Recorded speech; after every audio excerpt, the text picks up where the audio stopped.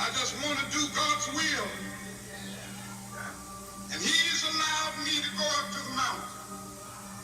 And I've looked over and I've seen the promised land. I may not get there with you, but I want you to know tonight that we as a people will get to the promised land.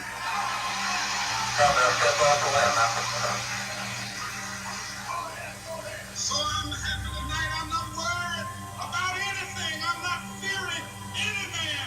My eyes have seen the glory of the coming of the Lord. That's one small step for man, one giant leap for mankind. People will return to the people, and so long as men die, liberty will never perish. Soldiers, don't give yourselves to brutes, men who despise you and slay you, who regiment your lives, tell you what to do, what to think, or what to feel, who drill you, diet you, treat you like cattle, use you as cannon fire. Don't give yourselves to these unnatural men, machine men, with machine minds and machine hearts.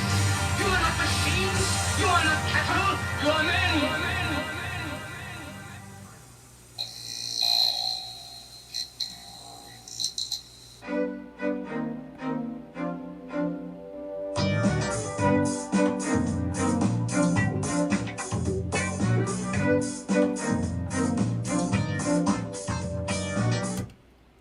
Welcome to the Rock Worldwide Show here on WSHO Sunshine 800 AM. Trey Roberts with you.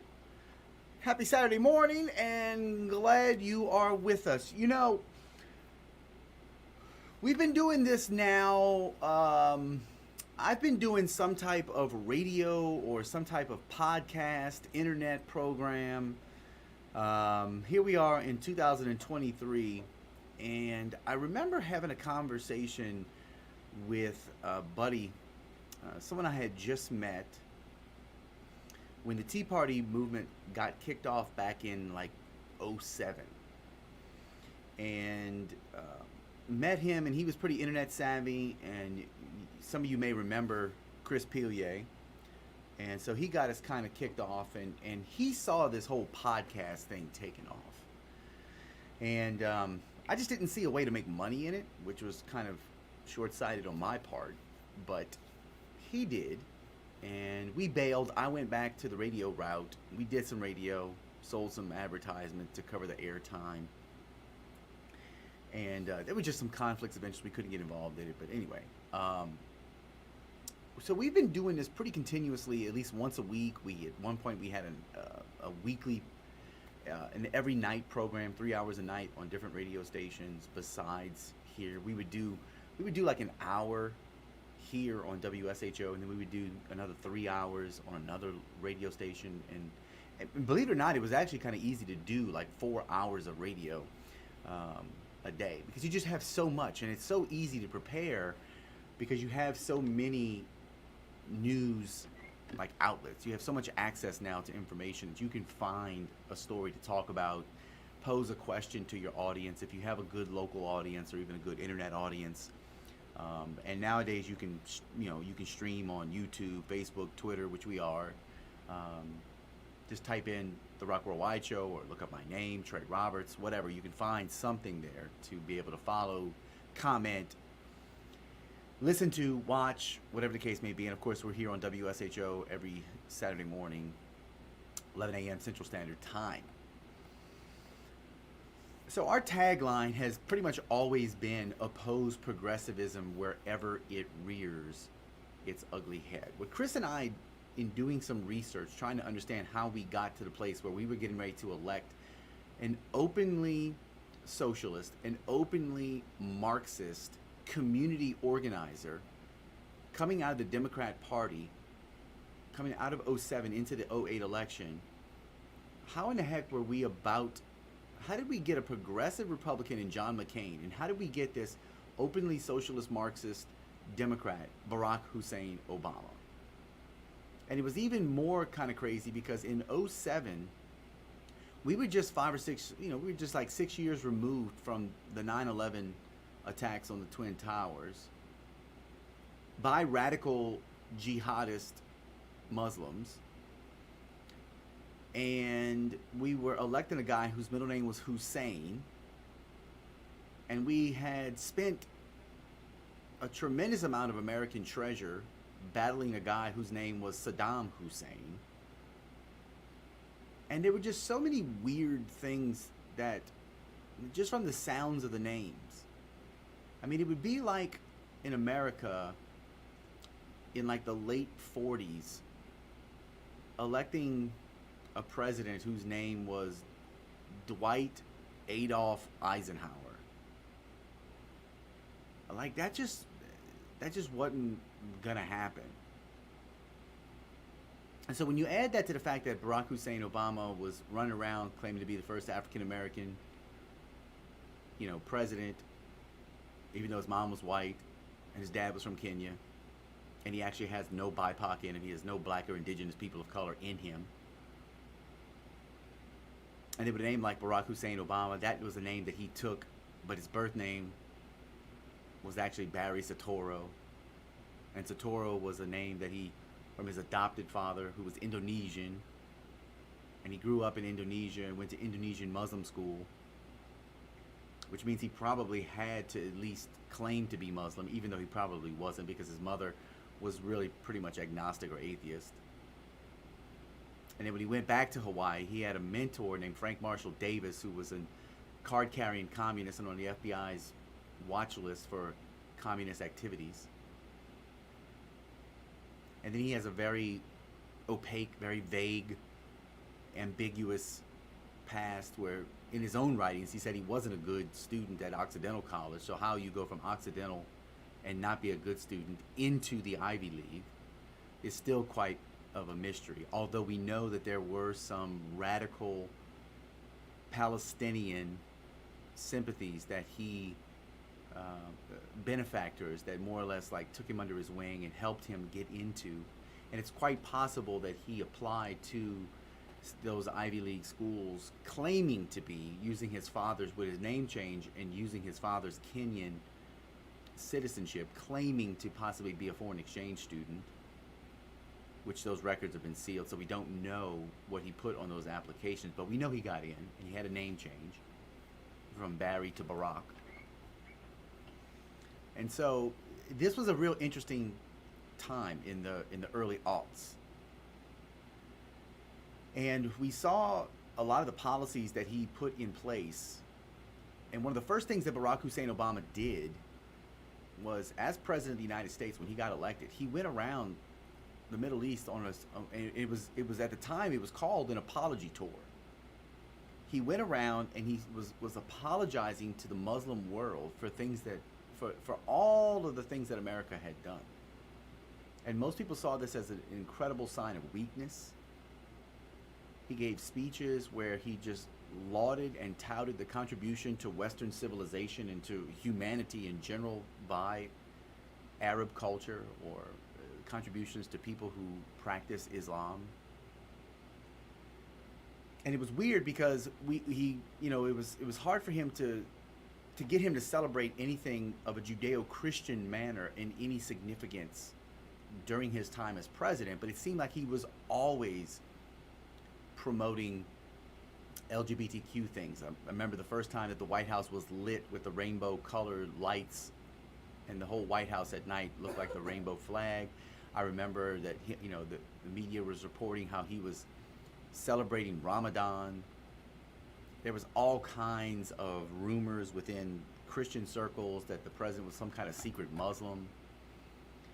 But then you also had, if you remember going into the election, you had the revelations and the sermons that came out by Reverend Jeremiah Wright, where he said that the 9/11 terror attack on the United States was basically America's chickens coming home to roost.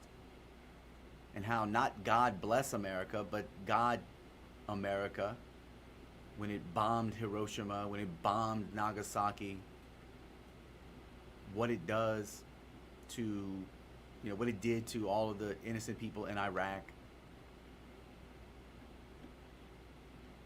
The difficulty when you try to give an honest critique of the United States, especially from a Christian perspective, is I don't know if there's ever a time when we should ever be celebrating the loss of innocent life.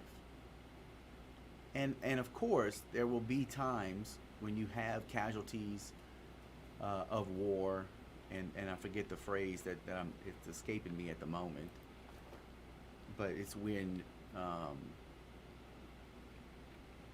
innocent people end up getting killed, and it's not just military combatants, but oftentimes what ends up happening is you have bad actors who use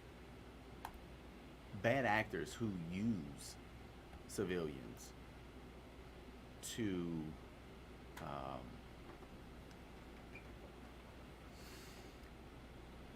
you have bad actors, they use them as human shields. And so when you try, I heard this explanation, like Israel uses their missiles to shield their people, and groups like Hamas use their people to shield their missiles. And it really is right now a battle for the hearts and minds of people. And so I think we need to really be guarded. The reason I gave you this quick history lesson is because we've been telling you since, and I just mean like my contribution to what's being put out across microphones and what's being captured. If you go back, Chris and I, we strongly came to the conclusion in the early aughts, almost 20 years ago now, that what we were experiencing in the early 2000s was a result of almost 100 years of attempts to basically just destroy the foundation of the United States of America, and really in the West in general. And so it went back. One of the big things was, if you remember, in the Democratic primary debate, the question was asked of Hillary Clinton if she considered herself to be a liberal. And she said, actually, I consider myself to be a progressive. And she basically reintroduced the term into the public discourse. She said, I consider myself to be a progressive, similar to that of the early 20th century, the early 1900s. And so that's kind of where we went. We looked at the progressive era. And we looked at all of the changes that had been made to the Constitution by the progressives, and where and why they were calling themselves progressives. They started to call themselves progressives because they were really socialists. And America was still tethered close enough to the Constitution and to the founding era that there was no chance in Hades that anybody was going to identify as socialists. And so they had to use this other term, progressive, because in Europe they were proud to be called socialists. Now just remember that socialism is both a style of government as well as an economic system. So when you talk about it, you have to distinguish which one you mean, but they do go fairly together. But the economic end goal of socialism is full-blown capitalism. Socialism, the government begins to own some of the factors of production, of that of land, labor, and capital.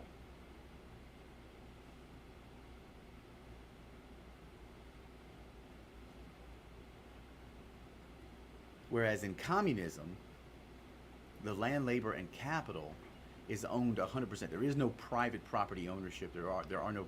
It's 100% to the government. Now, so to think about the progressive era, and it got such a negative inside the United States. It got really such a negative response that you had to stop calling yourself a progressive because of the implications. You were, as a progressive, you were a supporter of eugenics. As a progressive, you were a member of the Birth Control Society of America.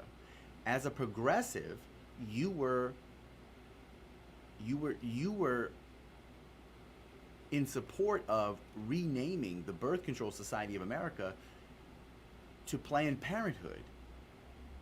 As a progressive, you supported people like Margaret Sanger, who implemented things called the Negro Project. As a progressive, you would have voted for Woodrow Wilson and resegregation of our military after it had been unsegregated. As a progressive, you would have opposed anti-lynching laws. As a progressive, you would have opposed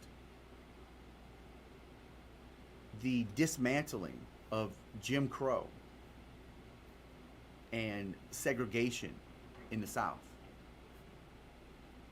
As a progressive, you would have been more in tune with opposing the Republican Party and civil rights.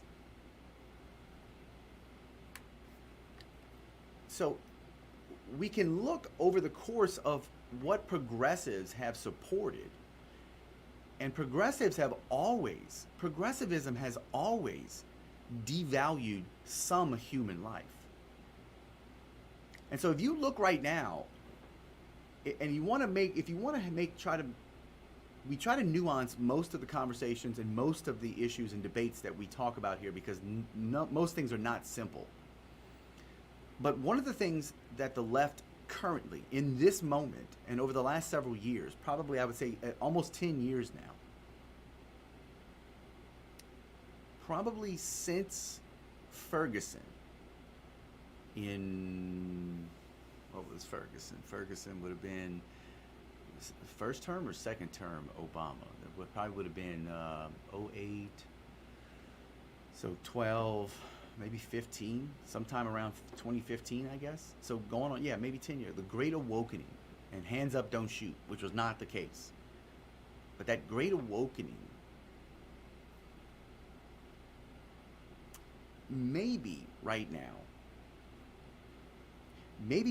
makes the most sense through the lens of the simplicity that is what is more popularly and more pejoratively called critical race theory. Now, this is not actual critical race theory as of the legal theory that was adopted by the Harvard professor and all that stuff. But like what has basically, when we talk about woke and we talk about critical race theory, like this is in essence what we're talking about.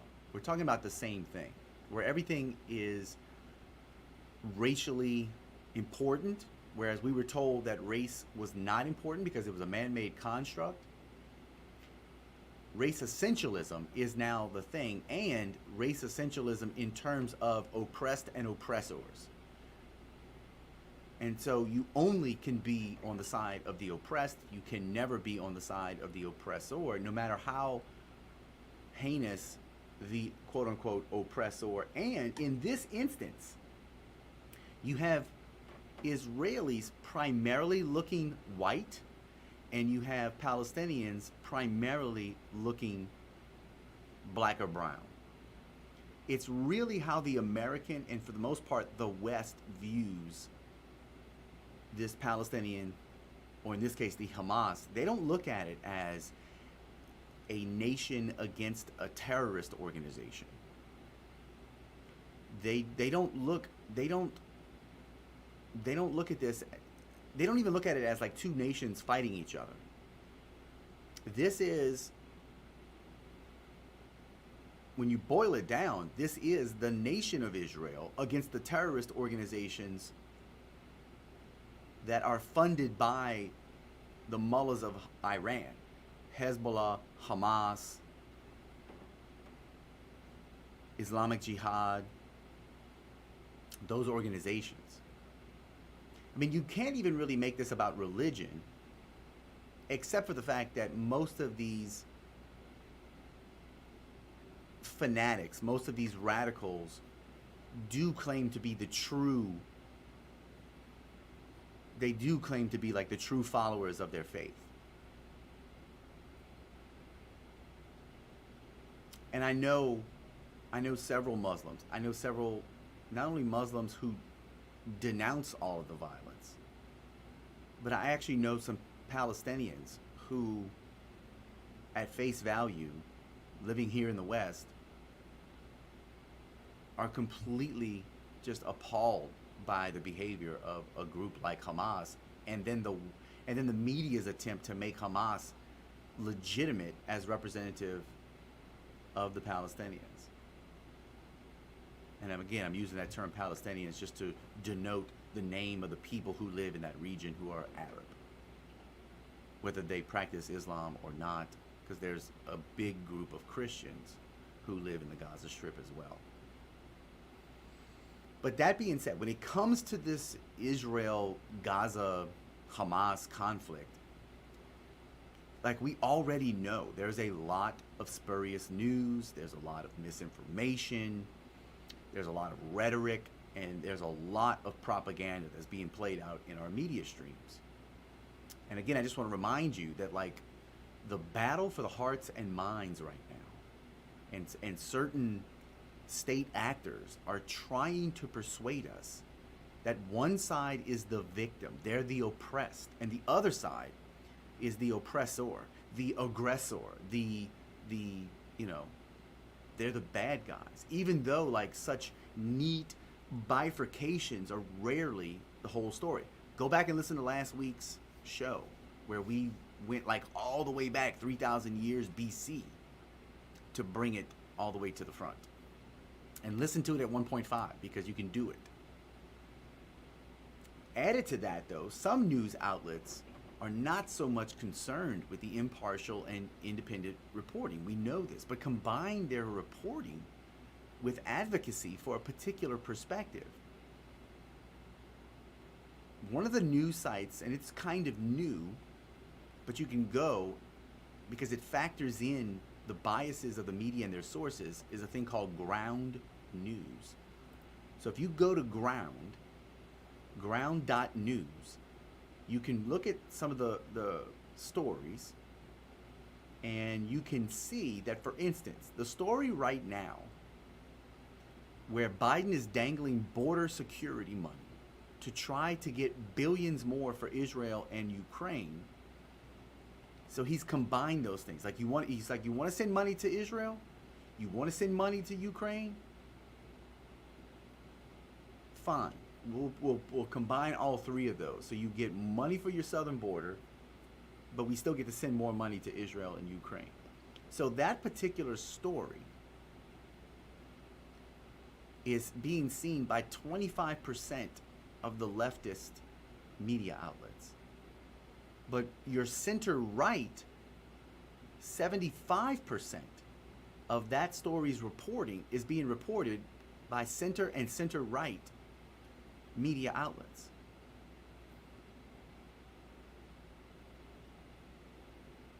So if you think about it, you have another story. There's a top China beer maker that has opened up a probe after a video of workers urinating in the beer. And so that story has only been seen by 30% of the right, has only been reported by 30% of right-leaning media outlets. And yet 70% of the center and center-left media outlets have. So this ground.news gives you like the bias, and it actually helps you to see why when you talk to people on the left or you look at people and they seem like they don't know. It's because they don't. It's because the chances are you become aware of your own media bias, like where you're getting your news from, but it also opens you up to see how the left or how the right, depending upon from the angle you come from, how it's reporting on these things. So be careful what you read, be careful how you read what you read, and be careful what you do with the news reports about Israel and Gaza. There's a Christian activist called Shane Claiborne, and he is, to try to steel man who he is a pro-life, pro-peace Christian, full stop. If the government participates in anything that takes the life of a human being, he's against it. So he's against abortion, he's against the death penalty, he's against war. And in some cases it's hard, he's against all guns. He's hard to listen to as a Christian, but he is genuine in his belief. But he goes out there and he posts a story about the Christian church that's been destroyed in Gaza. Except with a little bit of searching around, you find out that that's not true. The church, when the sun came up the next day, the church was still completely standing there, although the building next to the church was destroyed. And it wasn't 500 people that were killed when that church got destroyed. There's another associate pastor at a church in Missouri called Derek Vierlin, and he posted the same story. I just wonder why these guys, once they find out that the stories aren't true, just make a retraction. Just go out there and say, hey, my bad, I posted a story that turned out to not be true. Sorry for the misinformation. But they leave the story up. And people who go to them to find news, they don't get the truth. And these people claim to be the follower of the way, the truth, and the life. And yet when they do something that I don't believe they're maliciously trying to mislead people, I believe they found a news source based on their bias, fit their narrative and their belief, and they saw it as useful to put out a message to people when they're trying to stimulate and get people thinking. Well, in the same manner, when you find out that it's not true, just either delete the tweet or leave the tweet up and then go make a statement that's saying, hey, I looked up this information, turns out it's not true, here's the actual true report, sorry if anybody was misled. I mean, just use a little bit of humility with what you put out there. So a couple things just to remember as we think about consuming news over this conflict right now, especially going forward. But this is really a good lesson, for moving forward. First, remember that war is a time when actors on all sides are running deception operations and propaganda campaigns. You had better believe that. There are no righteous actors in any of this. And a lot of times the media can be oblivious to these deceptions, or sometimes they can even be complicit with them. Okay, so you've got to factor in the fog of war, the misinformation, the misreporting, the propaganda, so you just can't believe everything you read and hear. That's why we post links. That's why we tell you, like, we give you the sources where we got these things from, so you can go check them out yourself. Because I'm certain that I can be wrong about things based on sources that I use and report, but I try to be open with you about where I get these sources. I try to tell you the scholars that I'm reading. I try to give you those things, because if you want to go look it up and go down these rabbit trails or just educate yourself further, that's up to you. A big factor in Russian military and political strategy is what the Russians call, I don't know how to pronounce this correctly, but it's like maskirovka, or deception. It's the attempt to make things appear to be other than they are. Or else the Russians flood the media sphere with so much information of varied veracity that nobody knows what's true and false anymore. There's a lot of deception. There are rushed hypotheses. However, whatever the plural of a hypothesis is. And there's always going to be fake news about Israel and Gaza right now.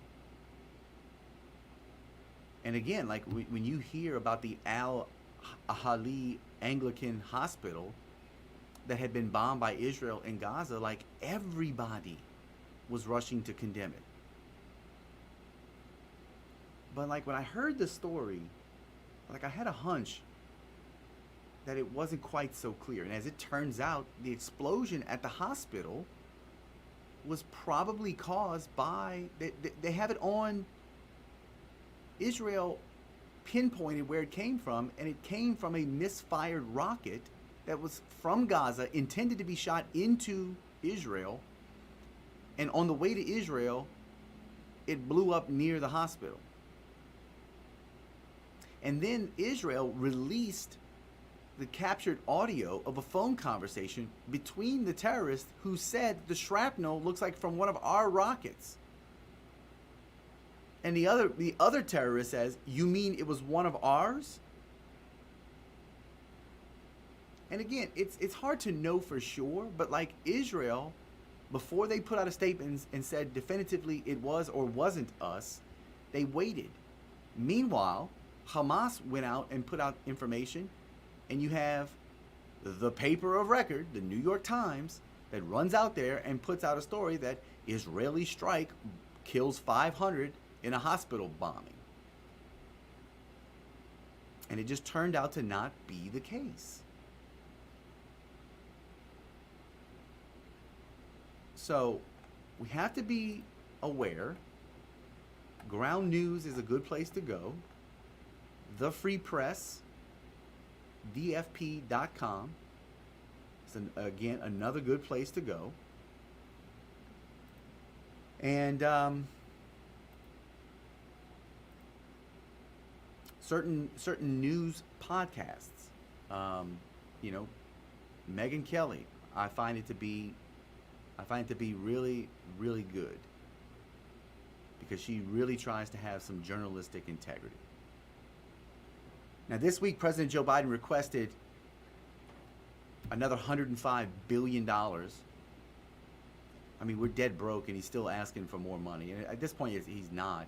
I mean, if you go back to the 2007 debate answer from Barack Obama about how he was asked directly if he would meet without any preconditions, would he meet with the leaders of Iran? And he said, absolutely.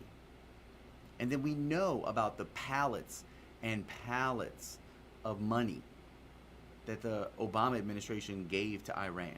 And like, you have to remember, Iran financially supports and props up Hamas and Hezbollah, two terrorist organizations that are there solely to kill Jews. If you gave Hamas everything they asked for, if you empowered them, if you took down the border walls, if you desegregated, if you will, and remember, Israel has not occupied the Gaza Strip since 2005. There has not been a single Israeli soldier and or official inside of the Gaza Strip for coming up on 20 years now. And yet they live in a poor, horrible situation within the Gaza Strip. They have access to the same coastline that beautiful cities like Tel Aviv have. And yet they haven't developed it economically. They're not interested in that. The most radical elements of Islam are only interested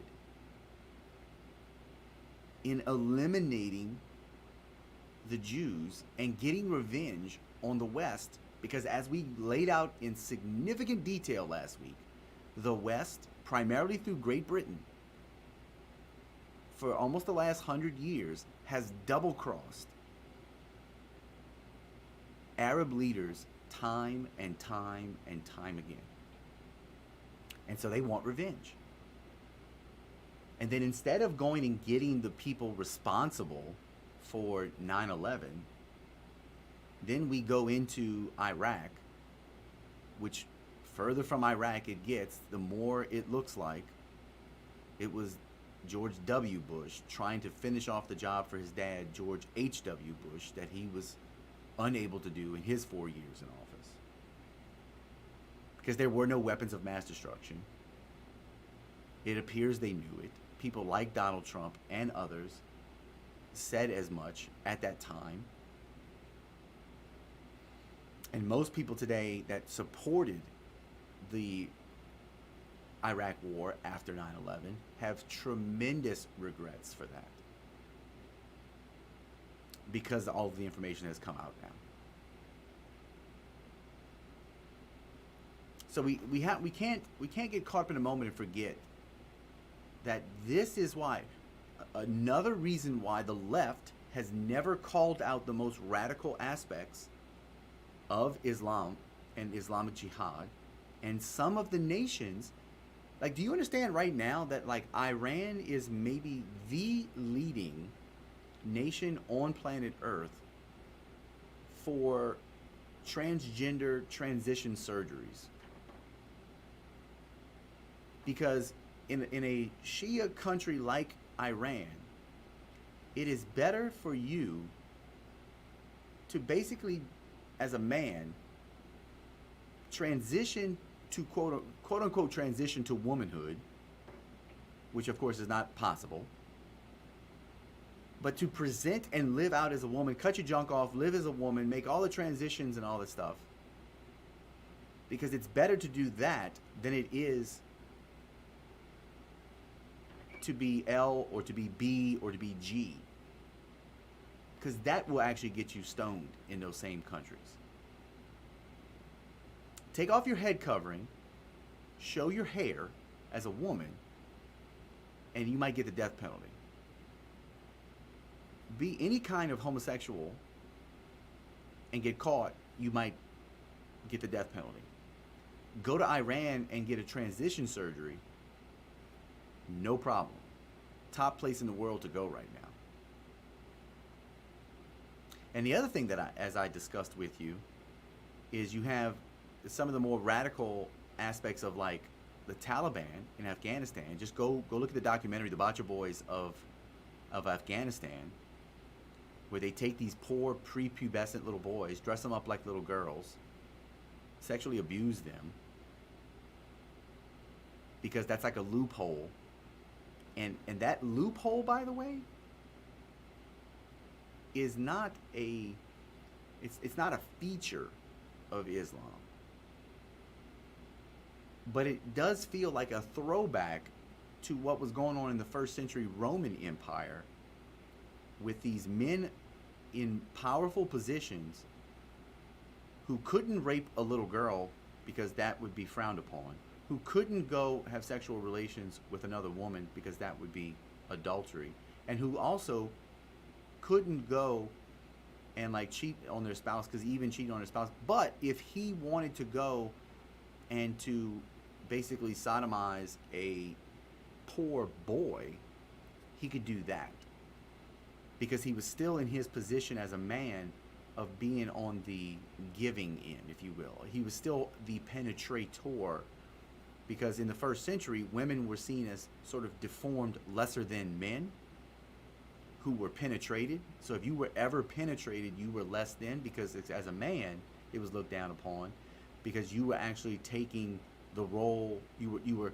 were setting aside your role as a man who was created to be the penetrator, and then you were allowing yourself to be penetrated like a woman, and being a woman was less than being a man. I'm sorry for the graphicness of that, but that's the logic of the first century Roman Empire and what the early Christians were up against. That's the backdrop for a lot of what the Apostle Paul was railing against in the Bible.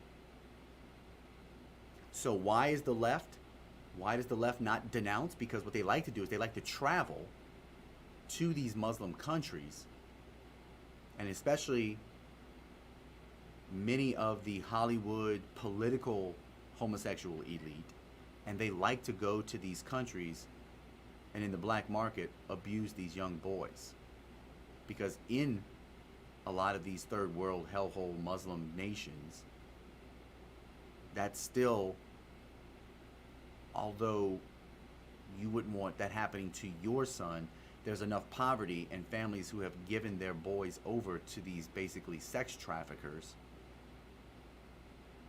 that Western leftists who are homosexual can go to these nations on vacations, and they can pay for these sorts of exploitive behaviors. So they don't condemn it. The women are oppressed, and they never speak out. The feminists never speak out about it. We talked about last week, Bashir Assad can kill Palestinians using bomb and gas warfare, and nobody protests. Nobody says free Palestine from Bashir al-Assad of Syria.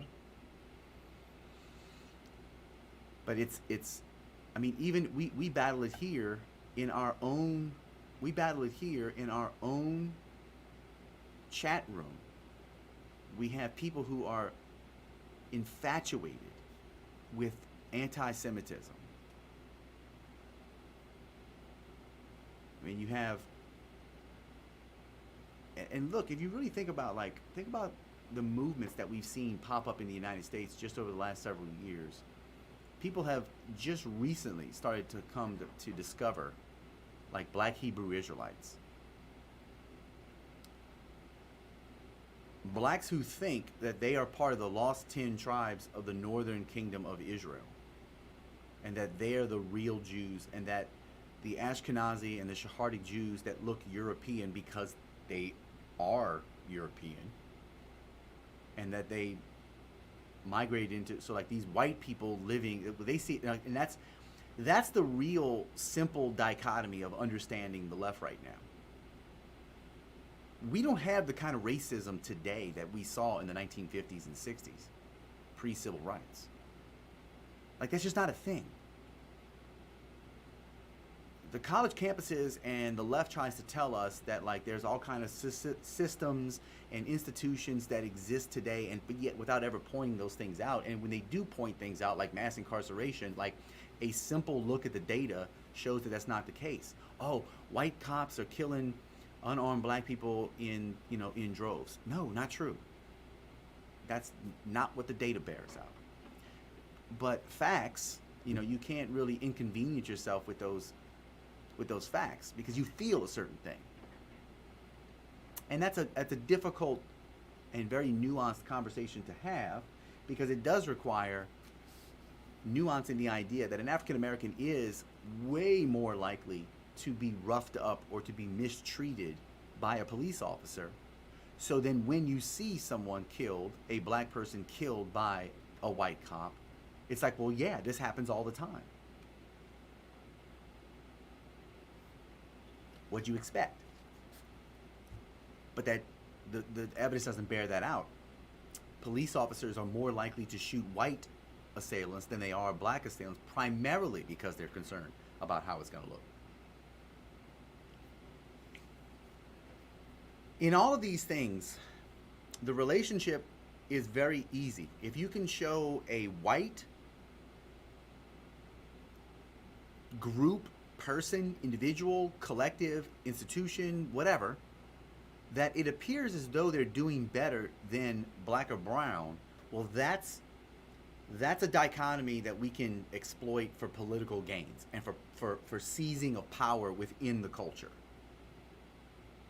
And so in a lot of ways, the fact that we have seen over the last 10 days, 10, 11, 12 days, I'm going on 2 weeks now, people in America in support of torture and killing, like, I listen to people act surprised that the American left, after seeing the images of dead babies and raped women and videos of kidnappings and torture and reports that come out of eyes that were removed, mothers and fathers tied with their hands behind their back, children tied with their hands behind their back in a burn, just charred to death, where it looks like the parents had to sit there and watch, bodies disfigured, the beheadings of IDF soldiers to babies to grandparents, like the intentional trauma-inducing killings. And yet we've seen people on the left support that over the last 2 weeks, and people are surprised. But these are all the same people on the left who have been openly, historically, open to these types of atrocities. The progressives would have supported the ascension of the strongman Adolf Hitler, and tons of them loved Mussolini when he took over in Italy. Progressives love the strongman role. And it's usually these strongmen that do something horrible. They always blame it on the right. But Jordan Peterson the other day asked a great question of Bill Maher on Bill Maher's podcast, and he says, hey, at what point do you identify that the left has gone too far? And Bill Maher said, he laughed, and he said, like right now. And he's like, no, but like, we've been at this right now moment for a while, and yet you've never called them out. You're a man of the left, and you've never called them out. Like, we have, for people who are more conservative and right-leaning politically, or even like, even theologically, like there's a box that we keep the worst people who claim to be on our side. We keep them over far away from legitimacy. Like, we don't let people who want to walk around wearing swastikas. We don't bring those people into our fold. When we were at the Tea Party, we did. If we saw somebody show up to a rally with some kind of racially offensive sign or, shirt or message, like, we ran them out of there. We didn't play that crap because that's not what we were there for. That's not who we are. And we knew that the media was all too ready to find that one example of thousands of people that they could point to. So we had to like self-police that whole situation. Not because we were trying to hide anything, but that's not who we are. That wasn't our message. That wasn't the reason that we were organizing and protesting the government. But that's what the narrative that they wanted. But why is anybody surprised that the American left, and for pretty much anybody of the left in the West, would be supportive of Hamas right now? Because if you view Hamas as the brown or the black oppressed people, and you view Israel as the white, powerful oppressor, well, It's as simple as that. You line yourself up. If you've been supportive of BLM, of of burn, loot, and murder, aka Black Lives Matter, if you've been in support of them, then of course you're going to be in support of Hamas. But you're also the people who have been supportive of abortion on demand. You've never had a problem with the literal dismemberment of a live baby inside of its mother. You've never been, if you're a part of the progressive left, you've been supportive and openly advocating for one of the greatest genocides in human history. And that's been the period of time from the early 1970s until just recently, when abortion was legal in America as the law of the land, when states were not allowed to outlaw abortion in their states. So whether it was jabbing a set of scissors in the back of a skull and then sticking in a vacuum and sucking all of the contents of the head out of the baby's head so that the skull collapses, and then upon the baby's heart stopping, then delivering that's partial birth abortion. Or pumping or pulling out all the amniotic fluid of the woman and pumping in really intense salt water, saline solution, to where it burns the baby to death, and then upon the baby's being dead, pulling the baby out. Like, the progressive left has always been in support of that. The progressive left was always in support of the Negro Project and literally killing, or at least sterilizing, if not killing, black babies, and killing babies that had mental and physical retardations and defects and disabilities, so that those people couldn't procreate. They were doing that all the way into the 60s and early 70s in some states. And it was all supported by the progressive left. It's the progressive left that's always been in support of euthanasia of elderly people. It's the progressive left of people like Rahm Emanuel's brother, Zeke Emanuel, that says that basically after 75, people should just let them die. Like, stop paying for health care. The government should stop giving health care basically to people who have lived 75 years. Don't let them get surgeries that can keep them alive for another couple of years, maybe. It was Barack Obama who said we'd have to figure out that someone in their 90s, if they needed a surgery, whether or not we were going to pay for it, or whether or not we should just give them a strong pain sedative and just let them kind of drift off into death. It's the progressive left that supports a group like Hamas that says we literally love death, and that's why we think we'll win, because our lives are not valuable. In fact, we want to be martyred for the sake of what we believe. But these crazy Jews over there, they love life. That's their weakness. They love life. And you know what? We've been in this situation before. When you had the racist segregationists who, once they seceded from the Union, they gave a speech and they said, you know what? You know what's wrong with the Union? You know what's wrong with the North? What's wrong with the North is they really believe what the founders wrote. They really believe that all people are created equal. And that will be their ultimate demise. Because who are we to argue with the fact that all people are not equal? Who are we to argue that God has put this is literally in the Cornerstone speech. If you go read the Cornerstone speech, you'll see these words. Who can argue with the fact that God has placed the Africans in a place of lower estate within humanity, and for us to own them as slaves? Who are we to argue with the stations of life that God has put, because they were strong Calvinists, by the way? Bad theology leads to bad policy decision making.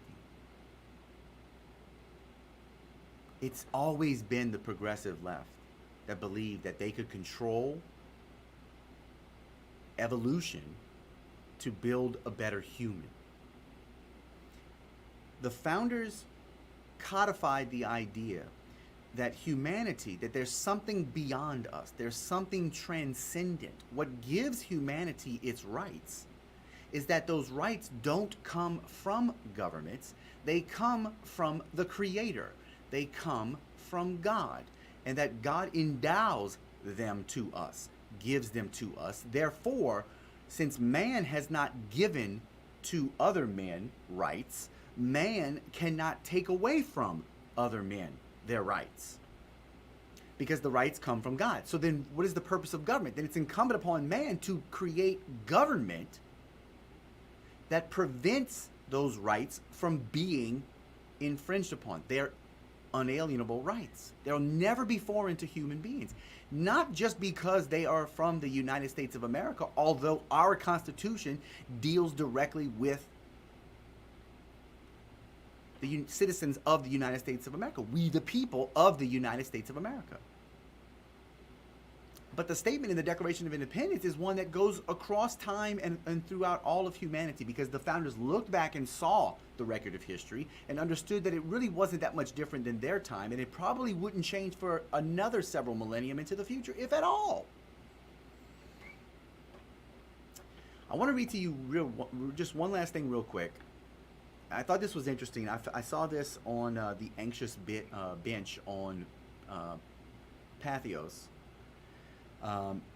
This is from David Schwartz under the Pathos.com evangelical. Nearly 45 years ago, on July 15th, 1979, President Jimmy Carter went on national television to share with millions of Americans, his diagnosis of a nation in crisis. Quote, "All the legislation in the world can't fix what's wrong with America," close quote. And he went on to call upon American citizens to reflect on the meaning and purpose of their lives together. I know most of us think that Carter was pretty much a very weak president. And I haven't really studied the Carter presidency enough to know. But Carter is kind of interesting to me because he sounds more evangelical than any other president in my lifetime. And I was too young to really know. I was 2 years old when this speech was made. Carter had made several specific policy prescriptions, but in a presidency animated by spirituality, perhaps more than any other in American history, according to Schwartz, this speech called more generally for national self-sacrifice and humility, which would be amazing if we heard that in today's time, I think. At a time when political strongmen, hyper-nationalism, and xenophobia have risen in the United States and the world, Carter's speech offers a powerful counterexample to these trends. In 1979, Jimmy Carter was 3 years into his presidency. The burdens were many. Leading a divided Democratic Party, he faced a staunch and growing Republican opposition. The nation suffered from stagflation, a combination of economic stagnation and 12% inflation. In 1973, the OPEC cartel, comprised mostly of Middle Eastern countries, had cut oil production and imposed an embargo against nations that supported Israel. In the late 1970s, production declined again. Coupled with high global demand, this generated an energy crisis that increased gasoline prices by 55% in the first half of 1979. In protest, truckers set bonfires in Pennsylvania, and Carter's approval ranking sank to 30%. An anxious Carter cut short his overseas trip to Vienna, where he was holding nuclear arms talks with the Soviet Union's Leonid Brezhnev. And after a brief stop in Washington, the president retreated to Camp David for 10 days. As he considered the severe and interlocking problems facing his administration, Carter read the Bible, historian Christopher Lash's The Culture of Narcissism, and economist E.F. Schumacher's Small is Beautiful, a meditation on the value of local community and the problems of excess consumption. And he also invited representatives from many sectors of American life, business and labor leaders, teachers and preachers, and politicians and intellectuals, to consult with him. And by the end of his retreat, Carter had concluded that the country faced more of a series of isolated problems. Collectively, they comprised a fundamental cultural crisis. Having cloistered himself for an unprecedented length of time, the president emerged from Camp David with great drama on July 15, 1979. In a nationally televised speech that was watched by 65 million Americans, Carter intoned an evangelical sounding lament about, quote, a crisis of the American spirit, close quote. He said, quote, in a nation that was proud of hard work, strong families, close-knit communities, and our faith in God, too many of us now worship self-indulgence and consumption. Human identity is no longer defined by what one does, but by what one owns. But owning things and consuming things does not satisfy our longing for meaning, close quote. It was a penetrating cultural critique, Schwartz says, that reflected Carter's spiritual values. Like the writers of the New Testament, he called out sin. Like the prophets of the Old Testament, he confessed to personal and national pride. In the mode of theologian Reinhold Niebuhr, he noted the limits of human power and righteousness. In this moment of national chastening, he committed himself and the nation to rebirth and renewal. As a scholar of American religious history, this so-called malaise speech, though Carter never actually used the word malaise, was, in Schwartz's opinion, the most theologically profound speech in an American president since Lincoln's second inaugural address. This articulation of economic and political humility sounded the perfect pitch for a nation whose confidence in the civil institutions had been shaken. The Watergate scandal had revealed corruption at the nation's highest political offices. The Vietnam War had ended with a communist victory. The Malaise speech was a continuation of a long-running theme for Carter. If you go look up Carter's speech, the Malaise speech of 1979, you can get a better flavor for exactly what Carter was saying. And I think it would be something that would maybe not. I'm not trying to remake his reputation. I'm just thinking that it's some sound words for the time we find ourselves in now. Remember to oppose progressivism wherever it rears its ugly head. Illuminate the light of truth. We'll see you next time.